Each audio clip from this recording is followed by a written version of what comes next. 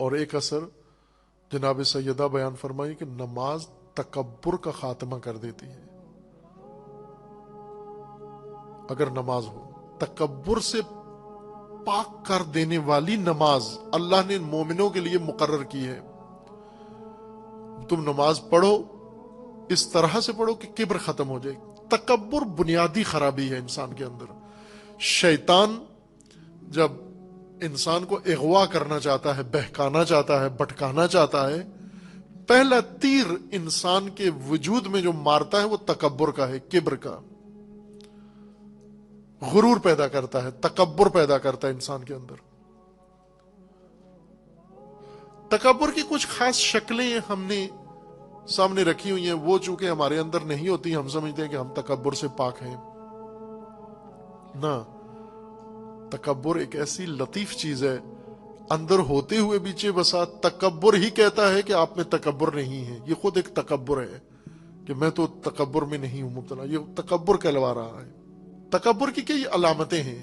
تکبر یعنی اپنی بڑائی، اپنے آپ کو بہت بڑا سمجھنا، اپنے آپ کو غلطیوں سے پاک سمجھنا، ہر جگہ پر اپنی برتری، اپنی بڑائی، اپنی دھاک ثابت کرنا، یا اپنے نفس کے اندر اس احساس میں مبتلا ہونا.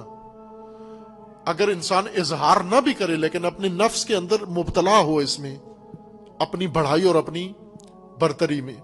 ایک علامت تکبر کی یہ ہے کہ جب آپ کو کوئی تذکر دے، آپ کی غلطی کی نشاندہی کرے، برا لگے آپ کو، سمجھ لو مغرور ہو.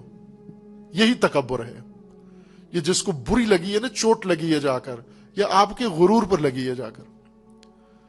اور بعض ایسے ہیں جن کو بہت غصہ آتا ہے اگر انہیں کوئی نشاندہی کر دیں کہ یہ کمزوری ہے آپ کے اندر، یہ غلطی ہے آپ کے اندر، ہرگز قبول نہیں کریں گے. یہی تکبر ہے. نماز اسی بت کو توڑتی ہے انسان کے اندر سے.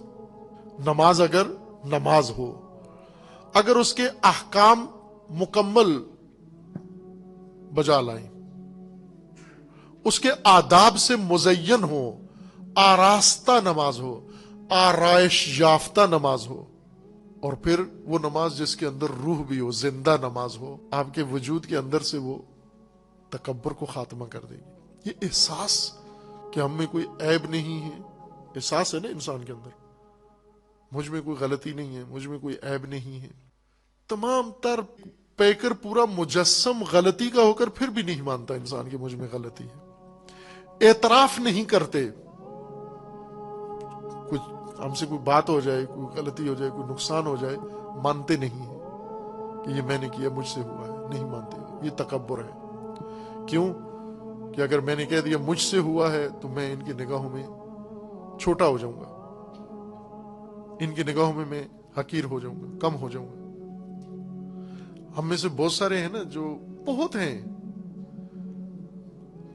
شاید سبھی ہیں، میں کسی کو مستثنا چونکہ ملا نہیں مجھے آج تک کوئی استثناء اپنے سمیت، کوئی استثناء نہیں ملا. اس لیے نہیں کہہ رہا ہوں کہ کوئی ہے بیچ میں، ممکن ہے ہوں گے، میرے علم میں نہیں ہے. لیکن جو علم میں ہیں ان میں ایک جیسی بیماری میرے سمیت سب کے اندر ہے. وہ کیا ہے کہ ہمیں دوسروں کے سامنے کچھ نہ کہیں. ہے آپ میں سے کوئی جس پر یہ کوئی آر نہ ہو؟ مثلا آپ نے یہ کہہ دیا، یہ تو ٹھیک کہا آپ نے، لیکن یہ جو اس کے سامنے کہہ دیا یہ بہت بڑی غلطی ہو گئی. یہی تکبر ہے، یہی غرور ہے. اور اگر تکبر ختم ہو جائے، آپ کی زندگی کی اکثر مشکلات حل ہو جائیں گی. ساری مشکلات حل ہو جائیں گی. میں ذمہ داری سے عرض کر رہا ہوں. اگر آپ نماز قائم کرو اور تکبر کا خاتمہ کر لو، گھر کی ساری مشکلات حل، رشتہ داروں کے ساتھ ساری مشکلات حل، پڑوسیوں کے ساتھ ہر مشکل حل، ہر ایک کے ساتھ جس کے ساتھ آپ کی کوئی مشکل ہے وہ حل ہو جائے گی. اگر اپنے وجود سے تکبر کو ختم کرو آپ. نماز سے انسان کے اندر یہ غرور ٹوٹتا ہے.